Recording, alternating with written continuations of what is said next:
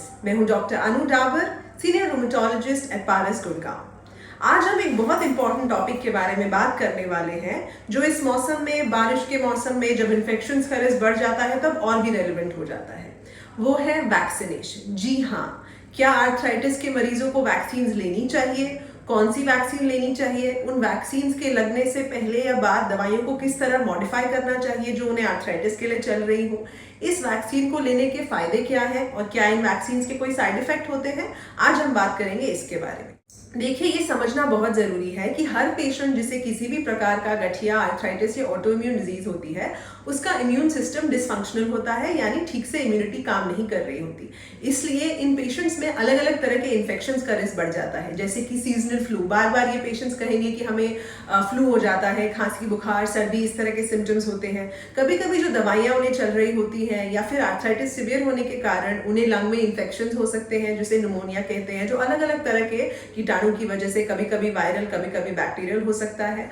उसके अलावा एक और इम्पॉर्टेंट तरह का इन्फेक्शन होता है जिसे कहा जाता है शिंगल्स, जो कि तब होता है जब चिकन पॉक्स होने के बहुत सालों बाद दोबारा एक तरह का खास स्किन रैश होता है, जिसके बाद बहुत समय तक स्किन में पेन, चुभन, इस तरह के लक्षण हो सकते हैं। इस हर्पीज जोस्टर या शिंगल्स इन्फेक्शन की वजह से निमोनिया, हेपेटाइटिस हो सकता है, हार्ट अटैक, लकवे का रिस्क बढ़ जाता है और ब्रेन में भी कभी कभी हर्पीज जोस्टर इंसेफेलाइटिस हो सकता है। तो ये कुछ कॉमन इन्फेक्शंस हैं जिससे हर तरह के आर्थराइटिस के पेशेंट को बचना जरूरी है। तो क्या इसके लिए वैक्सीन अवेलेबल है? जी हाँ।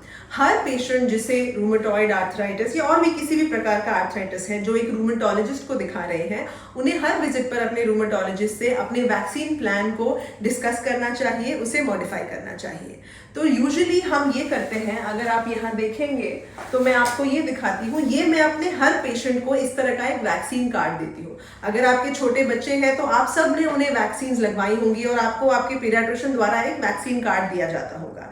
तो ये जो वैक्सीन कार्ड हम पेशेंट्स को देते हैं, यहाँ पर वो कॉमन वैक्सीन्स कब कब लगेंगी, किस डोज में लगेंगी, ये हमारे द्वारा उन्हें समझाया जाता है। ऑफ कोर्स जो 3 इंपॉर्टेंट वैक्सीन जिसके लिए मैं हर आर्थराइटिस पेशेंट को इंसिस्ट करती हूँ, वो है इन्फ्लुएंजा के लिए, जो कि कॉमन कोल्ड है, कॉमन फ्लू है। दूसरा न्यूमोकोकल, जो कि एक खास तरह की इन्फेक्शन, निमोनिया, ब्रेन में मेनिंजाइटिस, इनसे बचाता है, या ब्लड में बैक्टीरिया या सेप्सिस से बचाता है। और तीसरा वैक्सीन जो इंडिया में इसी साल लॉन्च हुआ है, जो अब तक का हर्पीज जोस्टर या शिंगल्स का सबसे इफेक्टिव वैक्सीन है, जिसे शिंग्रिक्स कहा जाता है, उसके लिए भी। जो इन्फ्लुएंजा या फर्स्ट वाली वैक्सीन हमने बात की, वो साल में एक बार लगती है। न्यूमोकोकल वैक्सीन की सिंगल डोज प्रेवनार 13 के नाम से जो अवेलेबल है, वो 5 साल में एक बार लगती है। और जो शिंग्रिक्स वैक्सीन है वो 10 साल में एक बार लगती है, पर उसकी 2 डोजेस लगाना जरूरी है 2 महीने के अंतराल में, जबकि इन्फ्लुएंजा और न्यूमोकोकल वैक्सीन की सिंगल डोज अवेलेबल है।